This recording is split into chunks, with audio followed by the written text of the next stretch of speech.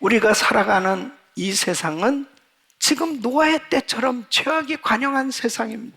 이 코로나 팬데믹으로 신앙생활하기 정말 어려워진 이러한 세대 가운데 우리가 살아가고 있습니다. 역시 2022년도도 이 팬데믹 가운데, 특별히 이 변이 바이러스로 인해서 더 정말 예배드리기 어려운 이런 상황 가운데 이제 새해를 맞이하였습니다. 그러나 노아처럼 은혜를 받으면, 은혜 충만하면 하나님께서 꿈을 주시고 그 꿈을 이루어 주시는 놀라운 역사를 이루어 주실 줄로 믿습니다. 사랑하는 성도 여러분, 정말 이 새해를 맞이해서 우리가 가져야 될 꿈이, 오늘 이 말씀을 통해서 다시 한번 하나님께서 주시는 이 꿈을 꾸게 된다면 이런 어려운 상황 가운데서도 하나님 앞에 위대하게 쓰임받게 될 줄로 믿습니다. 노아는 어떻게 하나님께서 주신 이 놀라운 꿈을 받게 되었을까? 어떻게 노아는 이렇게 땅끝까지 정말 하나님의 복을 나눌 수 있는 이 축복의 통로로 쓰임을 받을 수 있었을까? 오늘 이 말씀은 이렇게 팬데믹으로 힘들고 어려운 가운데 신앙생활하는 우리들, 정말 이런 이 환난의 때에 새해를 맞이하는 우리들에게 너무나 중요한 말씀입니다. 이 노아의 시대에 하나님이 홍수로 심판할 수밖에 없는 그렇게 죄악이 관영한 시대에도 노아가 은혜를 받았다면 우리도 노아처럼 은혜를 받아야 될 줄로 믿습니다. 노아가 하나님의 이런 엄청난 꿈을 받고 성취한 열쇠는 무엇일까 하는 겁니다. 오늘 이 말씀을 통해서 저와 여러분은 노아처럼 하나님의 은혜 가운데 하나님이 주시는 꿈을 꾸고 이루는, 그리고 땅끝까지 주인공이 되시길 예수 이름으로 축원합니다. 그 첫째는 노아는 죄악의 시대에 하나님과 동행하였다는 것입니다. 여러분, 노아가 하나님의 은혜를 입게 된 데는 그만한 이유가 있어요. 하나님이 기뻐하실 만한 점이 분명히 있었습니다. 여러분, 은혜 받는 사람은 은혜 받을 그 이유가 있는 것처럼 그렇게 죄악이 관영한 세상 가운데서도 이 노아는 은혜를 받을 만한, 하나님이 기뻐하시는 그런 부분이 있었습니다. 창세기 6장 9절에 보면 노아에 대해서 이렇게 소개하고 있습니다. 노아의 사적은 이러하니라. 노아는 의인이요 당세의 완전한 자라. 그가 하나님과 동행하였으며. 노아는 의인이라고 소개하고 있습니다. 창세기 7장 1절에 보면 여호와께서 노아에게 이르시되 너와 네 온 집은 방주로 들어가라. 내가 이 세대에 내 앞에서 의로움을 내가 보았음이니라 그랬습니다. 여러분, 온 세상이 창조주 하나님을 거부하고 그 하나님을 믿지 아니하는 그런 환경 속에서 사람들은 저마다 자기 마음대로 사는 거예요. 자기 멋대로 사는 거예요. 하나님을 두려워하지 아니하니까, 하나님을 경외하지 아니하는 불신자들의 삶은 살인과 폭행과 거짓과 음행과 이 세상의 모든 죄란 죄는 다 자유스럽게 그렇게 죄악으로 난무하던 그런 때에 노아가 세상에 물들지 않고 믿음으로 하나님을 섬겼다. 바로 그를 의인의 삶이라고 하나님께서 인정하신 것입니다. 여러분, 세상이 타락한 가운데 자기 혼자 하나님을 잘 믿으려고 할 때 얼마나 힘들었겠어요? 얼마나 어렵겠습니까? 여러분, 만일 여러분 다니시는 직장에 여러분 혼자만 예수 믿고 다른 사람 전부 예수를 안 믿는다면 참 힘들 거예요. 이때 당시는 더더욱이 어려운 시기였다 하는 겁니다. 이런 가운데서 노아가 하나님의 은혜를 입었다. 하나님을 경외하는 신실한 믿음을 가지고 하나님의 말씀대로 산다라고 하는 것, 이것은 엄청난 어려움이었을 것입니다. 이루 말할 수 없는 위협과 유혹과 말할 수 없는 그런 핍박과 이 노아를 힘들게 하는 일들이 한둘이 아니었을 거예요. 그러나 이 노아가 8절 말씀에 그러나 노아는 여호와께 은혜를 입었더라. 바로 이 하나님의 은혜를 입은 노아에게 하나님은 함께 하셨고, 바로 이 노아는 주님을 의지하고 살았기에 하나님께서 노아에게 놀라운 하나님께서 꿈을 주셨고, 인류 보존의 꿈, 바로 홍수로 이 세상을 심판하고, 그리고 노아를 통해서 새로운 세상을 만들 그 비전을 하나님께서 주시고, 이 노아를 통해서 그 꿈을 이루도록 축복해 주신 줄로 믿습니다. 사랑하는 성도 여러분, 하나님과 동행하는 꿈을 꾸시기를 바랍니다. 이렇게 죄악이 관영한 세상, 이 팬데믹으로 정말 신앙생활하기 어려운 세상이라 하더라도 여러분이 노아처럼 그러나 하나님의 은혜를 입었더라, 새해도 하나님의 은혜를 입고 산다면 하나님께서 여러분과 우리 주님이 동행해 주시고 책임져 주시고 그 꿈을 이루도록 축복해 주실 줄로 믿습니다. 사랑하는 성도 여러분, 노아의 아들들을 보십시오. 결국은 사실 이 자녀들은 아버지 믿음 때문에 구원을 받을 수 있었습니다. 아버지의 은혜 때문에 그들은 그 엄청난 홍수 심판 가운데서 이 구원함을 받을 수 있었단 말입니다. 저와 여러분들이 가정을 지켜야 돼요. 그리고 교회를 지켜야 돼요. 하나님의 이 귀한 은혜 공동체를 잘 세우기 위해서는 노아처럼 그러나 하나님의 은혜를 입었더라. 여러분들이 은혜를 받으시기만 한다면 여러분이 속한 공동체를 하나님께서 함께 해주시고 책임져 주실 줄로 믿습니다. 믿음의 삶, 경건한 삶, 주님의 음성을 듣고 따르는 성도들이 되시기를 예수 그리스도 이름으로 축원합니다. 두 번째는 노아는 이해 못하는 일에도 믿음으로 순종하였습니다. 장차올 홍수의 경고를 믿었어요. 여러분, 이것은 정말 놀라운 일입니다. 세상을 덮을 홍수라는 거예요. 하나님께서 노아에게 이 죄악이 관영한 세상, 내가 다 사람들을 쓸어버리고 모든 이 만물 가운데 홍수로 다 심판을 하겠다고 이렇게 말씀을 하십니다. 이 성경학자들은 당시에는 장세 이래로 비가 내린 일이 없다는 거예요. 그때 당시 식물들은 다 이 공기층에 있는 수증기로 자라던 때라는 거예요. 그런데 이 비가 내린 적도 없는데 더군다나 홍수라고 하는 거, 이게 정말 이해가 잘 안 되는 거죠. 그러니까 자신이 경험해 본 적도 없고 그리고 상상도 할 수 없는 이 대홍수에 대한 말씀을 믿고 순종한다는 것은 대단한 것이죠.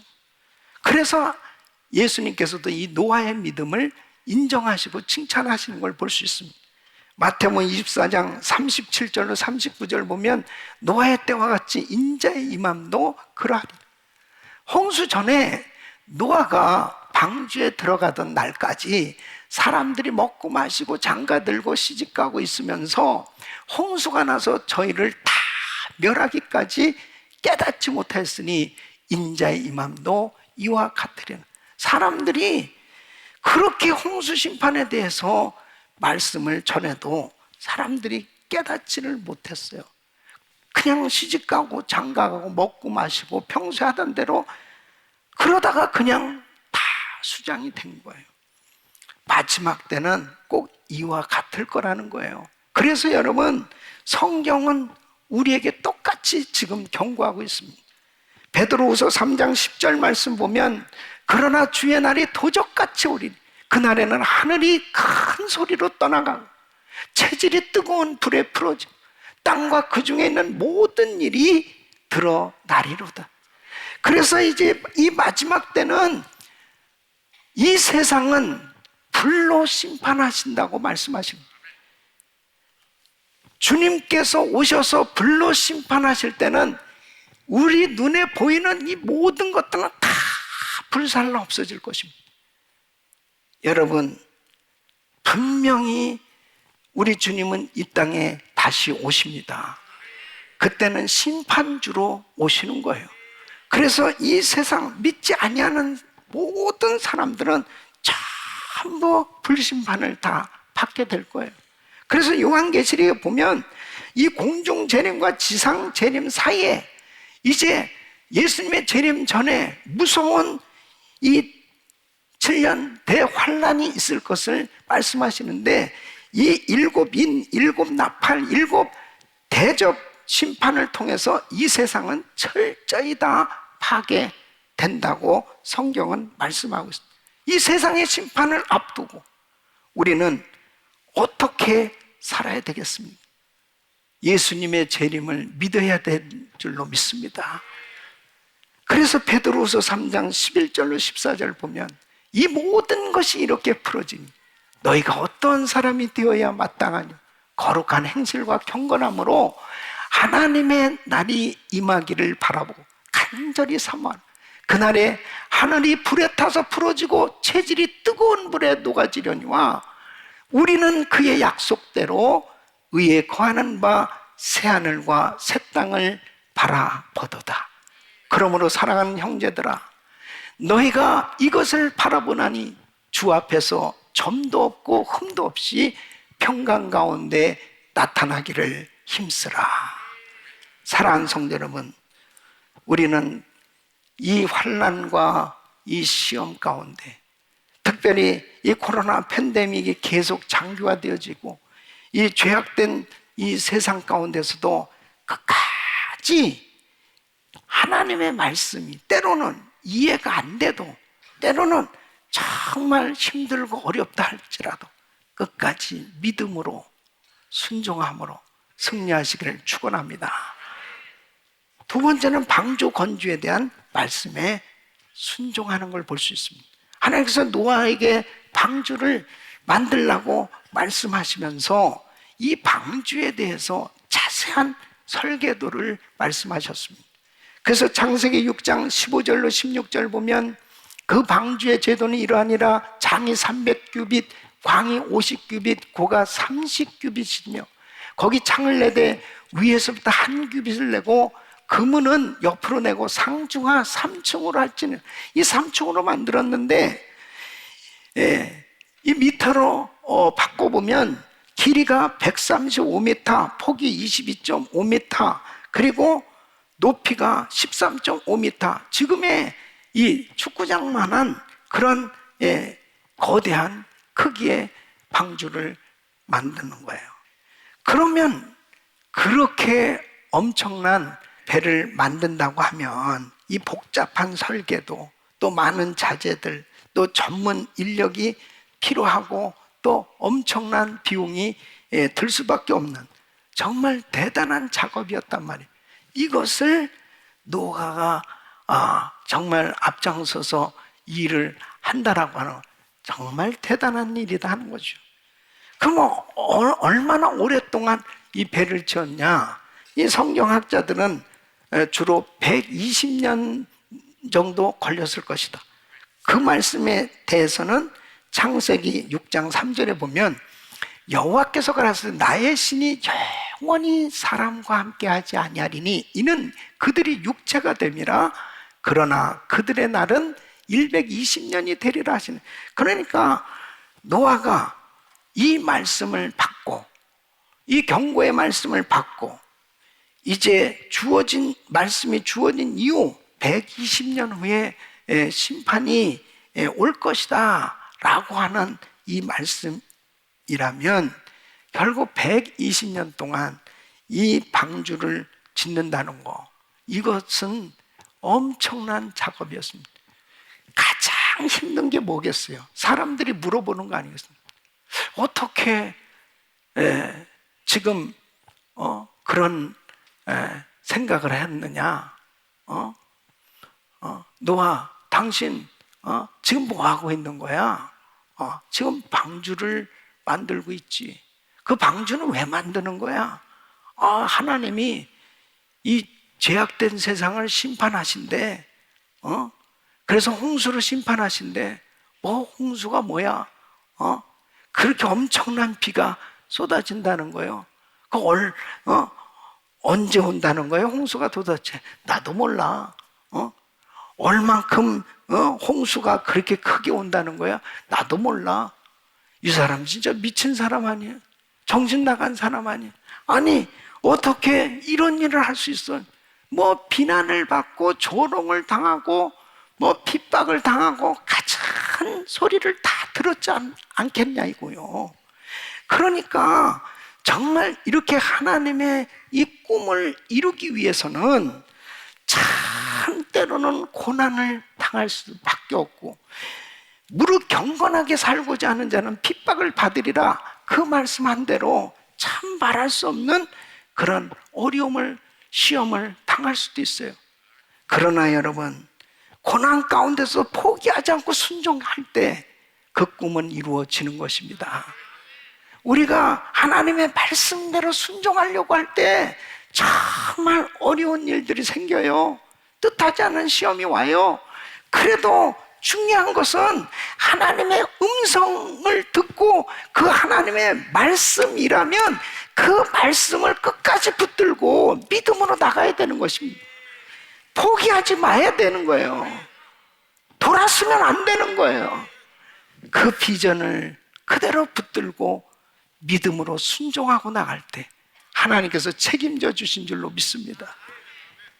우리 교회가 선교하는 교회가 될 수 있었던 것은 우리 원로 목사님, 우리 김광식 목사님께서 교회를 개척하실 때 하나님께서 기뻐하시는 교회, 하나님의 뜻이 교회를 세워진 궁극적인 목적은 바로 복음을 전하는 것, 선교다.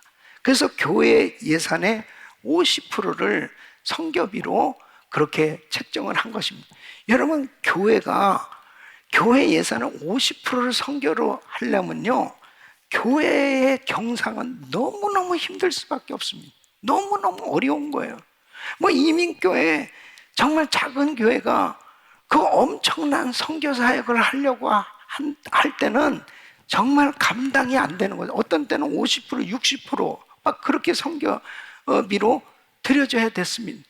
실제로 이제 구소련이 무너지고 이제 구소련 선교가 막 이루어질 때 이 소련 선교 합창단을 만들어서 이 선교 합창단이 한번 이 순회 공연을 하고 집회를 하려면 적어도 2, 30만 불, 어떤 40만 불까지 들어가야 되는 것입니다.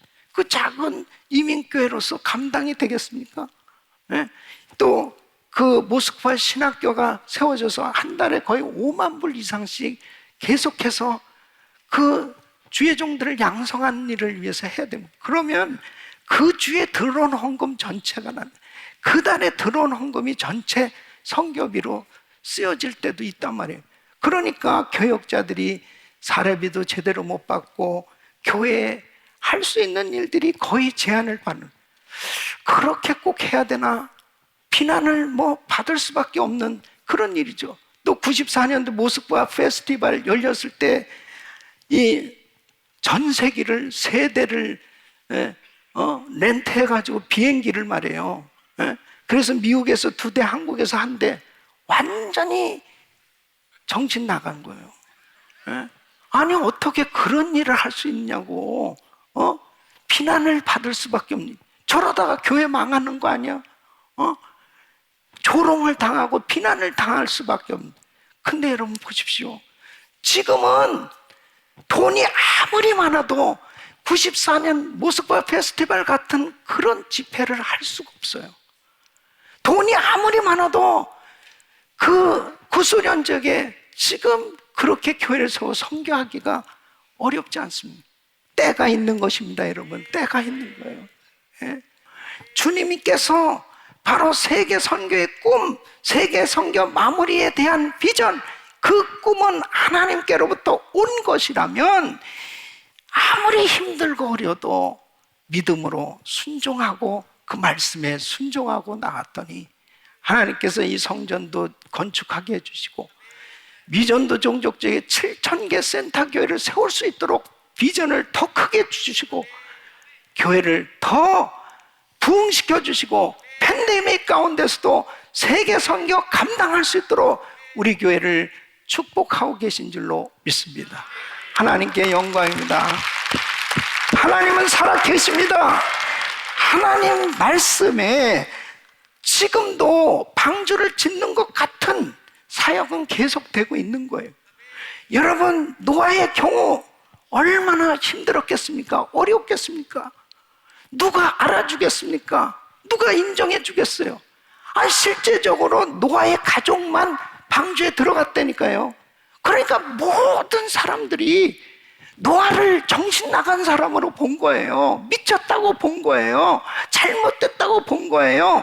그러나 중요한 것은 바로 하나님의 말씀이냐가 중요한 것입니다. 세상 사람들이 날 안 알아준다 하더라도, 몰라준다 하더라도, 미쳤다고 하더라도 하나님의 말씀은 그대로 이루어지는 것입니다. 예수님은 재림하십니다. 주님 앞에 내가 어떤 모습으로 설 것이냐는 것입니다. 사랑하는 성도 여러분, 세상과 타협하지 마세요. 아무리 두려워도, 아무리 나에게 핍박이 오고 아무리 어려움이 온다 하더라도 결단코 믿음을 잃어버리면 안 돼요. 하나님 앞에 꿈을 가졌다면 끝까지 인내하면서 믿음으로 순종하고 나가시길 축원합니다. 세 번째는 죄악이 관영한 세상에도 불구하고 노아는 의를 전파했습니다. 베드로후서 2장 5절에는 노아에 대해서 이렇게 소개하고 있습니다. 옛 세상을 용서치 아니하시고 오직 의를 전파하는 노아와 그 7 식구를 보존하시고 경건치 아니한 자들의 세상에 홍수를 내리셨으며 그랬습니다. 여러분, 이 노아에 대해서 오직 의를 전파하는 이 의에 대해서 원어로 보면 하나님의 뜻을 성실하게 전했다는 거예요. 그러니까 의를 전파했다는 것은 그 하나님의 뜻이 뭐예요? 바로 홍수로 이 세상을 심판하신다. 그래서 방주를 준비하라. 하나님이 명하신 이 방주를 건축하고 이 다가오는 이 심판을 준비하라는 거예요. 그 심판에 대비하라는 거예요. 노아는 자기만 거룩하게 살려고 애쓴 사람이 아니에요. 바로 세상 죄인들을 향해서 회개할 것을 촉구하면서 그렇게 의를 전파했던 사람이었습니다. 그러니까 바로 노아가 이렇게 엄청난 방주를 준비하면서 말할 수 없는 핍박과 시험과 어려움을 겪으면서 그 가운데서 복음을 전하는 일은 더더욱 힘들었을 것입니다. 사람들이 받아들이지 않을 때 그것만큼 힘든 일이 어디 있겠습니까? 창세기 7장 11절로 12절 보면 노아 600세 되던 해 2월 곧 그달 17일이라 그날에 큰 기쁨의 샘들이 터지며 하늘의 창들이 열려 40주야를 비가 땅에 쏟아졌더라. 사람들은 안 받아들였죠. 그리고 노아가 그렇게 정말 회개할 것을 촉구하고 그리고 이 심판에 대비해서 방주를 준비하자고 그렇게 외쳤지만은 사람들은 받아들이지 않았습니다. 그러나 결국 어떻게 됐습니까? 결국 이 세상은 홍수로 심판을 받게 되었습니다. 그 홍수로 세상이 150일간 물에 잠겼습니다. 그리고 노아의 가족은 1년 17일을 배 안에 있었습니다. 하나님께서 말씀하신 대로 그대로 다 이루어진 것을 이 노아는 경험하고 있는 거예요. 언젠가는 우리도 우리 예수님 재림하신다는 이 말씀을 그대로 경험하게 될 날이 올 줄로 믿습니다. 결국은 하나님 앞에 섰을 때 이제 상급 심판을 하나님께서 하실 때 하나님 앞에 믿음으로 살았던 사람, 하나님 앞에 믿음으로 상급을 쌓으면서 살았던 사람에게는 의의 면류관이 주어지는 그날을 경험할 날이 오게 될 줄로 믿습니다. 사랑하는 성도 여러분, 우리는 이 팬데믹 가운데 새해를 맞이했습니다. 정말 믿음이 절실히 요구되어지는 시대에 우리는 살고 있는 거예요. 어떤 어려움이 있어도 하나님의 의를 전파하는, 복음 전파하는 일만큼은 매여서는 안 됩니다. 복음 전파하는 일은, 전도와 선교는 어떤 어려움이 있어도 끝까지 감당해야 될 줄로 믿습니다. 그래서 마가복음 16장 15절로 16절에 우리 주님은 이렇게 말씀하십니다. 너희는 온 천하에 다니며 만민에게 복음을 전파하라. 믿고 세례를 받는 사람은 구원을 얻을 것이요 믿지 않는 사람은 정죄를 받으리라. 여러분, 오늘 이 온라인으로 예배를 드리시고 또 이 자리에 함께 하신 여러분 가운데 예수 그리스도를 아직도 믿지 아니하는 분이 있다면, 여러분 예수를 받아들이지 않는 사람, 예수를 영접하지 않는 사람, 예수를 진실되게 모시지 않고 절대로 구원받을 수 없습니다. 예수님을 그리스도로 영접하십시오. 예수님을 나의 구주로 영접하십시오. 하나님께서 그 십자가의 보혈로 여러분의 죄를 씻어주시고 구원해 주실 줄로 믿습니다. 이렇게 말씀을 증거하는 것은 바로 주의 음성으로 들으셔야 됩니다. 이제는 하나님 앞에 돌아오셔야 됩니다. 이제 새해를 맞이해서 세상에 그동안 방황하고 살았다면 이제 하나님 앞에 돌아오셔야 돼요. 바로 새해부터 다시 신앙생활 시작해보란 말이에요. 그럴 때 하나님께서 그 놀라운 구원의 은혜와 예비하신 하나님의 복으로 여러분 평생을 축복해 주실 줄로 믿습니다. 사랑하는 성도 여러분, 디모데후서 4장 2절에는 너는 말씀을 전파하라. 때를 얻든지 못 얻든지 항상 힘쓰라고 말씀하고 있습니다. 우리는 세계 선교 마무리의 꿈을 꾸고 있습니다. 마태복음 24장 14절 말씀에 이 천국 복음이 모든 민족에게 증거되기 위해 온 세상에 전파된 그제야 끝이 오리라.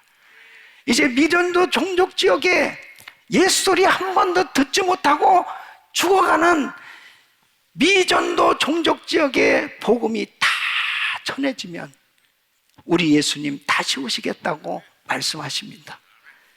죄악에 관영한 이 세상 가운데 우리가 더더욱 힘써야 될 것은 전도와 선교인 줄로 믿습니다. 땅끝까지 나의 모든 일들이 결국은 세계 선교 마무리의 비전을 가지고 우리가 믿음으로 나간다면, 어떤 어려운 가운데서도 복음 전하려고 한다면 하나님께서 여러분들을 친히 함께 하셔서 책임져 주시고 동행해 주시는 은혜로 날마다 승리하는 삶이 될 줄로 믿습니다. 노아처럼 하나님 앞에 죄악이 관영한 세상 가운데서도 믿음으로 살려고 하나님의 은혜를 입고 산 그 삶 가운데 꿈을 주셨던 것처럼 우리도 힘들고 어려운 환경이지만 믿음으로 하나님의 은혜 가운데 주님 말씀에 순종하고 살아갈 때 우리 주님께서 꿈을 꾸고 이루는, 그리고 땅끝까지의 주인공으로 세워주실 줄로 믿습니다. 이런 은혜가 우리 모든 성도님들에게 임하기를 예수 그리스도 이름으로 축원합니다.